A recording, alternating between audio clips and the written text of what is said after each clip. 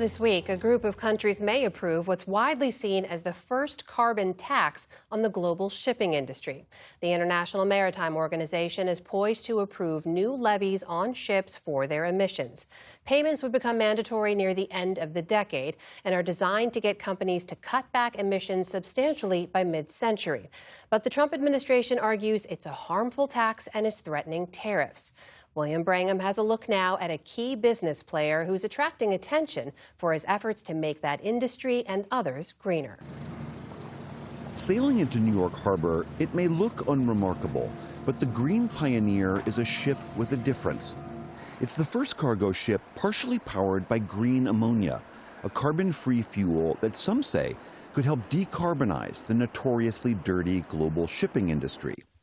That industry's traffic makes up 3% of all greenhouse gas emissions, which is more than double the pollution of France or England. We can get sun, wind, water. It's all you get to make ammonia. That's it. This vessel. Australian billionaire Andrew Forrest is the force behind the Green Pioneer, and he is a surprising climate activist.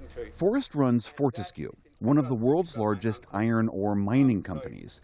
But 3 years ago, he pledged to eliminate nearly all carbon emissions from his operations by 2030. As soon as we worked out that there is a way and that technology development was totally on our side, but we could go, if you like, fully green, we could stop burning fossil fuel. There are economically powerful, profitable solutions for you to stop burning fossil fuel. So why keep doing it? Forrest now travels the world evangelizing this message, meeting with everyone from legendary oceanographer Sylvia Earle to world leaders. That included a stop last month in New York during the United Nations General Assembly, where he publicly criticized President Trump's speech to the UN, where Trump belittled the facts of climate change and efforts to address it. Climate change, it's the greatest con job ever perpetrated on the world, in my opinion. If you don't get away from this green scam, your country is going to fail.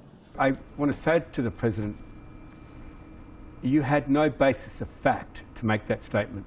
No matter how many times someone must repeat a lie, it doesn't change it to a truth. It's still a lie. And I don't mean my comments to be offensive. I think you will see the adoption of green energy simply because it's in the best interest of the American people to have a lower cost of power, so for the same money they can have a higher standard of living. At Fortescue, Forrest is deploying the full suite of renewable technologies, including solar and wind farms, newly engineered battery-powered trains, and long-haul trucks. The company just announced layoffs in the UK and Australia and will instead outsource more from other countries, including China. Not going to be an easy task. Forrest is frequently attacked by other mining and fossil fuel interests for his stance on green energy. He was also just mentioned in a defamation case brought by ExxonMobil in California, where the oil giant is suing the state and some activist groups he funds of smearing the company. Well, look, I just say to my critics, your criticism is fine. It makes you stronger. It's not going to change our course. We have everything on our side. All you can do is hide the truth. Okay? The truth is going to win out. You might delay it, but that's the best you can do. Ready to roll?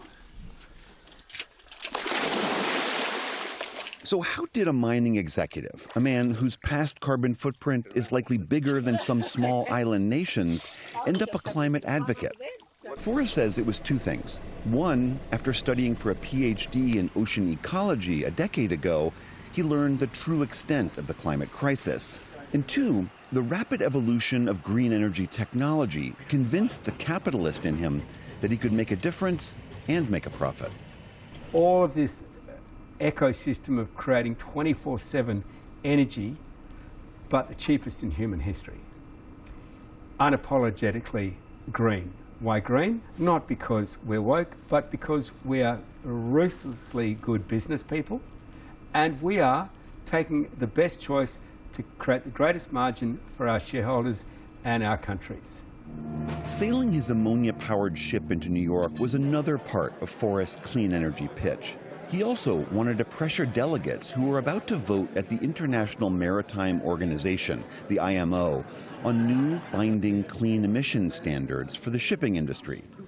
The Trump administration has been trying to block them, arguing they would help China and harm U.S. consumers. When I found that the US were threatening countries who were going to vote for the IMO with visa denials, with tariffs, with economic coercion, then I thought, oh, I'm going to sail the Green Pioneer straight into the United Nations General Assembly City for Climate Week, and we're going to prove that green shipping is already here. The Green Pioneer, the little ship that can, is now sailing to Brazil for the next United Nations Climate Conference set to begin next month. For the PBS NewsHour, I'm William Brangham.